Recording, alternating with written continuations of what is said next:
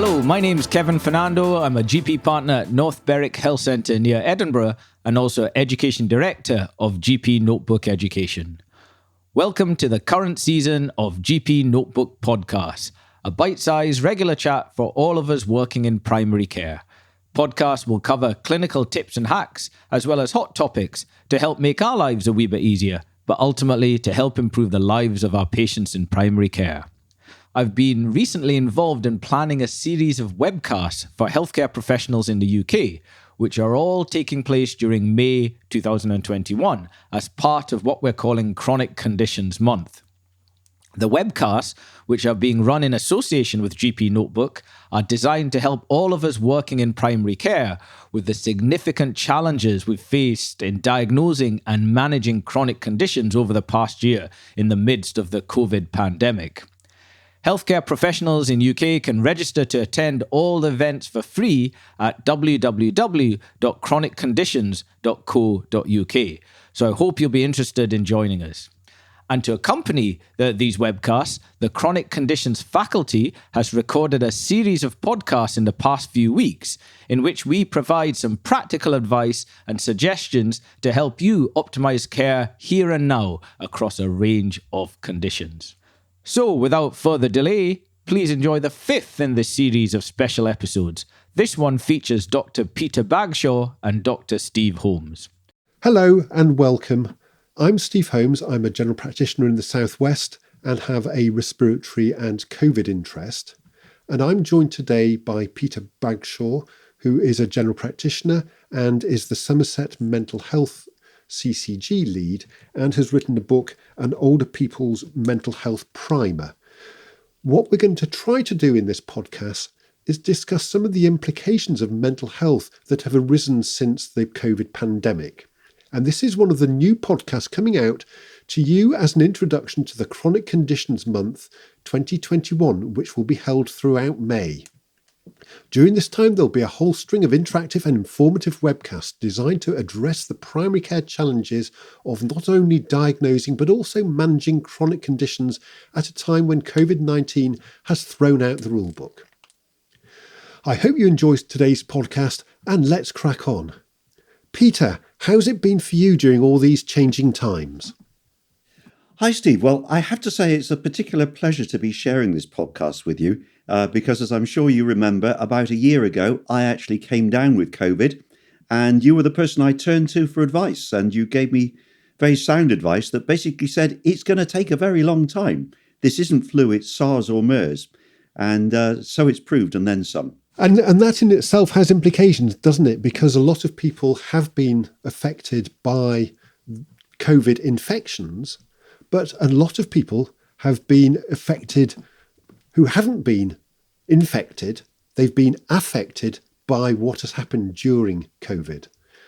And people have been socially isolating. What sort of issues have you been seeing arising because of that? I think you're absolutely right, Steve. That's a really good point. Somebody said we're all in the same boat. And the reply to that was, no, we're in the same storm, but we're all in different boats. And people have been affected in so many different ways, haven't they? Some it's by bereavement, some it's by illness, some it's financially, some it's socially, isolation. Most people have been impacted in one way or another. So certainly with my CCG hat on, we've seen a rise of around 25% overall in referral to mental health services. And there are particular hotspots. So in older girls, younger women, eating disorders and body image problems have roughly doubled. Crikey. And I'm sure you've seen the same. Twice as many in that age group. And that must be people who are, in a way, not exposed as much as they were to their friends, their colleagues, and society. They're not going out and engaging anymore. So why do you think we are getting into this situation? I suspect we'll only know the answer to that question in about 10 years' time when there have been lots of PhDs on it.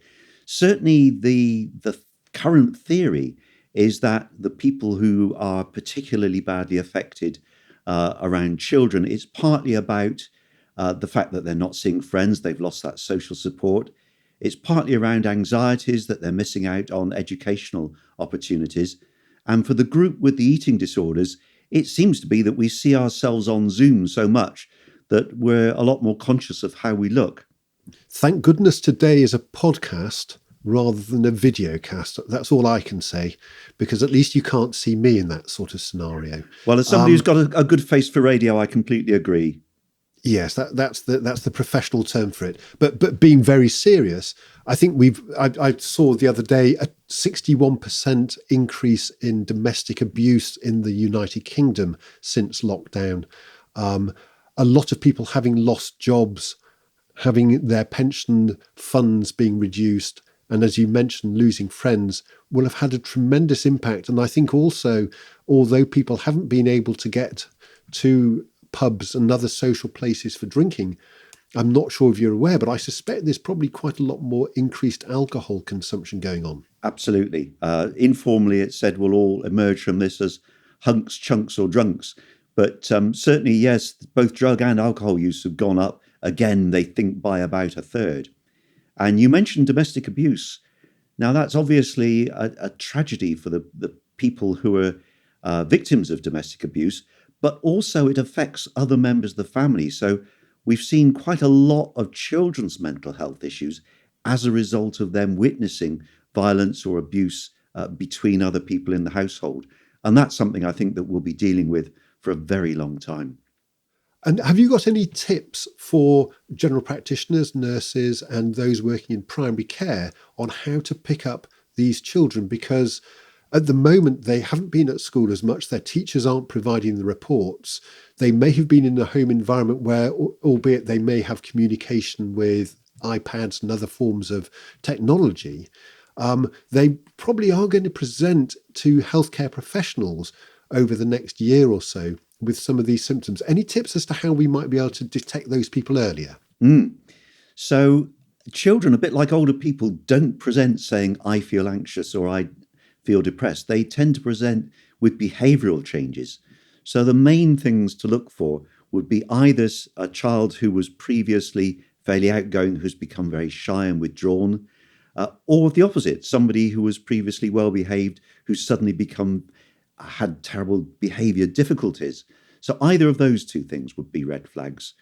Obviously, if children mention anything about disease or death or illness, that is a big red flag. But children tend not to do that. So it's really looking for a change from their normal behaviour that would then prompt you to ask further questions. And you're absolutely right. I'm in touch with a lot of teachers who are really concerned about kids who were previously under review with known difficulties at home, who've just completely dropped off the radar. Excellent. We also have, along with our children, a lot of people who've been asked to shield, those with long-term conditions, those that are particularly vulnerable, and they have been shielding for perhaps a year, a bit more now, a lot of them. And one of the things that I've noticed with that is quite a few patients are significantly less fit than they were. They're deconditioned. Their food has been brought to them. They've been having somebody come in to take the dog for a walk, and their, albeit limited activity, has been reduced even further during this time. But I guess the observations that we're seeing are also two other main groups. One is of social isolation for a lot of older people with long-term conditions at home who are vulnerable.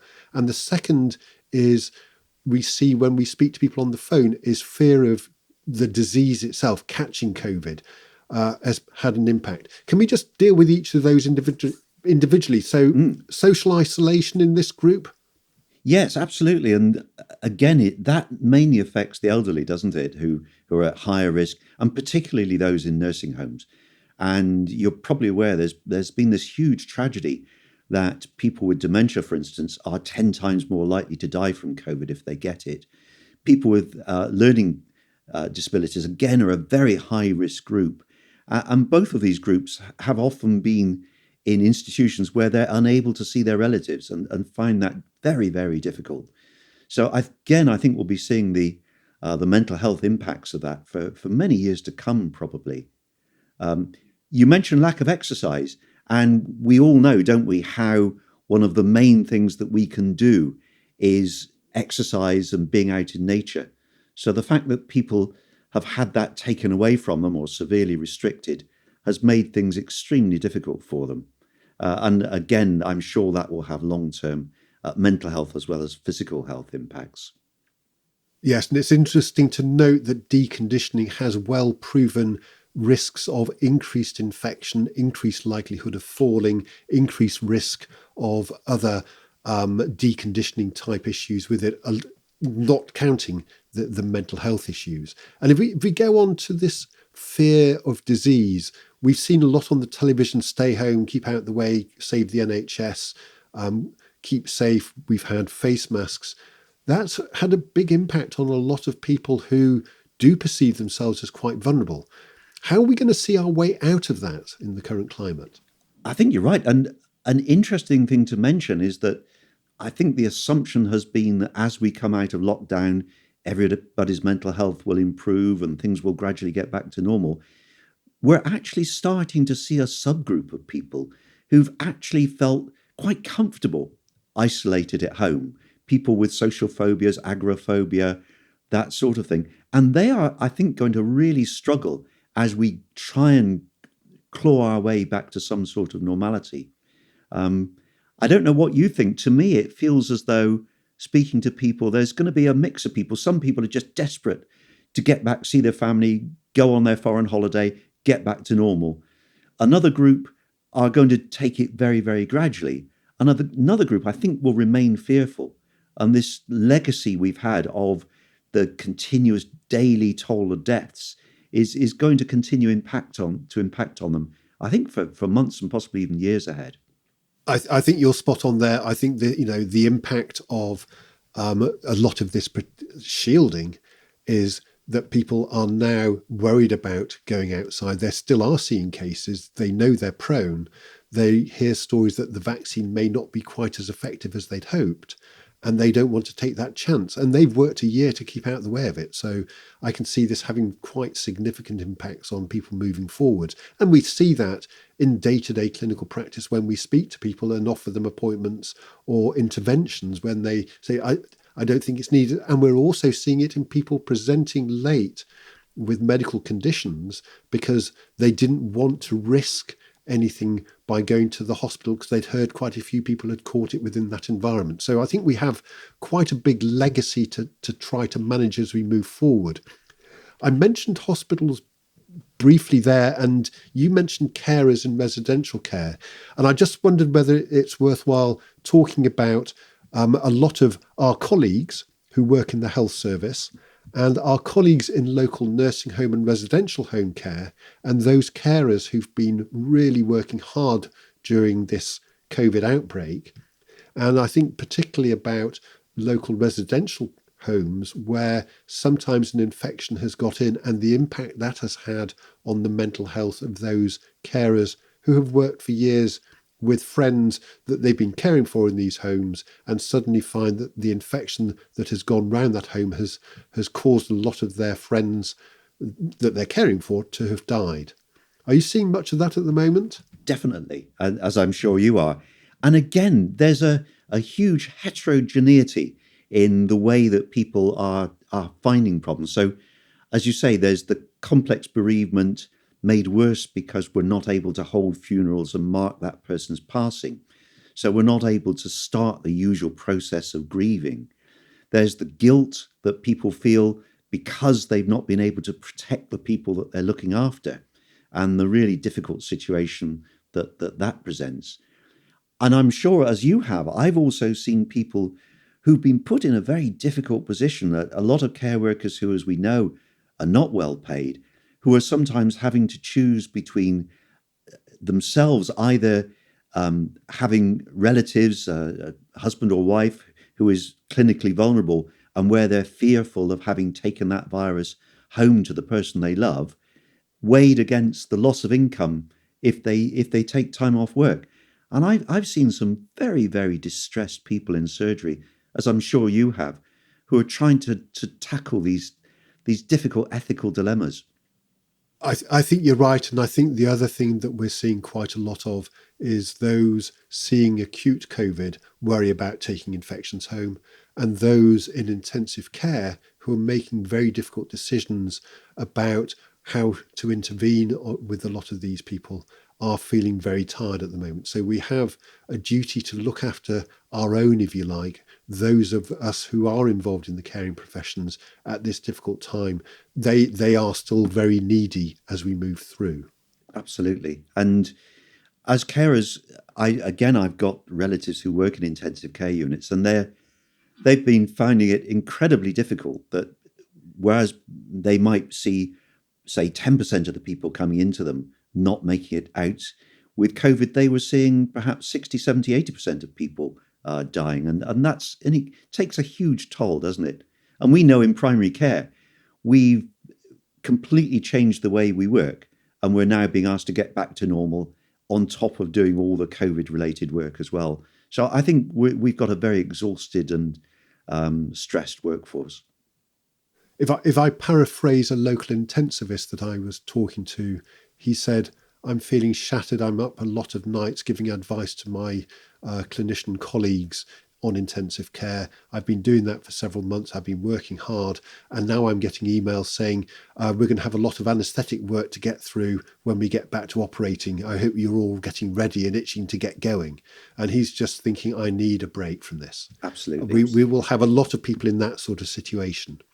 Perhaps if we move on to COVID itself, one of the things, and thinking about intensive care, is the well-recognised impact on people who've been through that post-traumatic stress type environment that hopefully are being managed in a specialist care system with follow-up at the moment. But there are a lot of people who've developed COVID symptoms that persist. And again, their mental health, I'm sure, hasn't been as good as it could have been whilst they've been trying to fight off their symptoms. Any thoughts about that? Yes, my first thought is actually you're more of an expert on me than this, because you've set up our local long COVID clinic and are hugely involved in caring for those people. I think the main point I would want to stress is that if we see somebody with long COVID presenting with anxiety, we don't gaslight them. We don't try and imply that their symptoms are due to anxiety or depression. So my SATs dropped to 60-something%. And I felt as though I was drowning for about 3 days. So I think I've got a bit of post-traumatic stress disorder myself, because every time I can't take a breath, then I get panicky because I remember how that felt.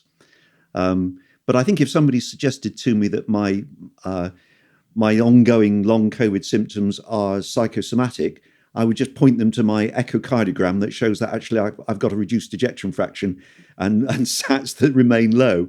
So I think that's the number one, is let's acknowledge that people who've particularly been in intensive care and who've been through the trauma of that are going to be damaged. And we know the figures are, again, about 20 to 30% of people will have significant anxiety or depression following that.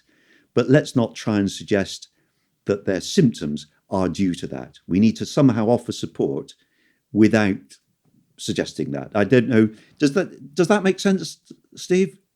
It does. And I guess probably the tip that I'd have from working in COVID recovery clinics and seeing people who have had symptoms for a long period of time and hopefully are slowly improving, and that's where we're trying to facilitate that improvement, is that they have been changed. If they were able to run 10 kilometres and now down to 800 yards 6 months later, that's a major change in one's life. If you're not able to concentrate and do a full day's work anymore because of the impact of this disease, it has a mental health issue on people. And I guess probably what I think with that is, it is really important we understand that these symptoms that people get are real and they are very persistent, and there's no doubt about that. And we've actually seen that with SARS, and we've seen that with MERS, and we've seen that with other infections like influenza and glandular fever over many, many years. So incontrovertible, really, what we see in this pattern. If people aren't having any emotional health issues around that dramatic change to their life, probably they should be seeing a psychiatrist. That wouldn't be normal. They should actually be impacted by the symptoms and the disability that they've suddenly found themselves in. And in a way, that's one of the stances that I've taken in the clinic, is to talk to people about that sort of, I would expect this. In fact, it would be odd if you didn't have any impact on your life because your life has changed. And is there any way we can try and help and support that? Because there are things that our therapist colleagues, talking therapies, can do to help with that. I think that's absolutely right. And to me, it's almost like going through a bereavement, that you're grieving for the person that you were and are no longer. And you have to go through those same stages of bereavement to mourn the loss of your former self. We know a lot of people with long COVID previously were very fit and did marathons and things like that. And now every day is a struggle. So those people, as you say, if they're not impacted, then there's something wrong with them. I would put in a plug. We were talking about older people and the effect on them. They're a group who actually do particularly well with talking therapies and actually medical treatment as well. So a lot of, they're underrepresented in our talking therapies clinics, but actually they stick with talking therapies. They have better outcomes. So my message would be, don't just ignore this. Do refer people for talking therapies. And I would definitely go for the talking therapies approach rather than drug approach as first line in this area.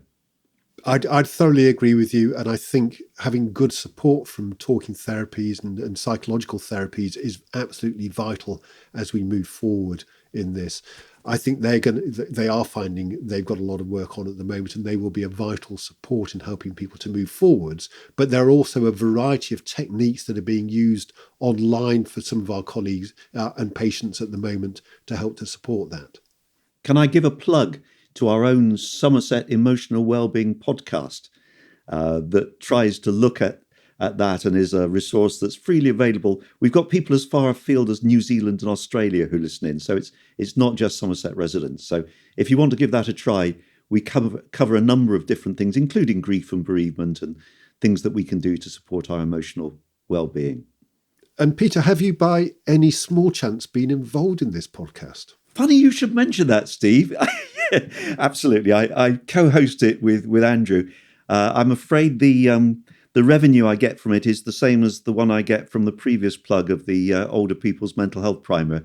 So there's no financial rewards in this, but it's been very interesting. And we've heard some very moving stories.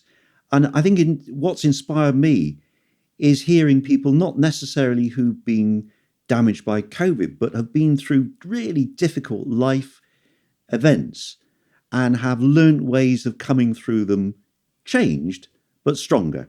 That's brilliant. Thank you very much, Peter. And Andrew Tressida is a general practitioner who has quite an interest in health and well-being and has done that for a while. I've listened to one of Peter's podcasts, and they really are worthwhile going for. So please give that a try if you've got the time. But again, just remember when you're out there, let's take care of ourselves, let's take care of our colleagues, and let's make sure that we get through this together. And if you want to know more about the long-term conditions and chronic conditions, remember May, remember a series of meetings during May that I hope will be of great interest to you. Thanks everybody for listening. I hope you found this useful. I certainly found it very enlightening speaking to Peter. Please make sure you register not only for more of these podcasts in the series, which are very interactive, linked in with different long-term conditions, but also our interactive webcasts brought to you as part of the Chronic Conditions Month. You can sign up at chronicconditions.co.uk. Thanks for listening. Thanks very much, Steve.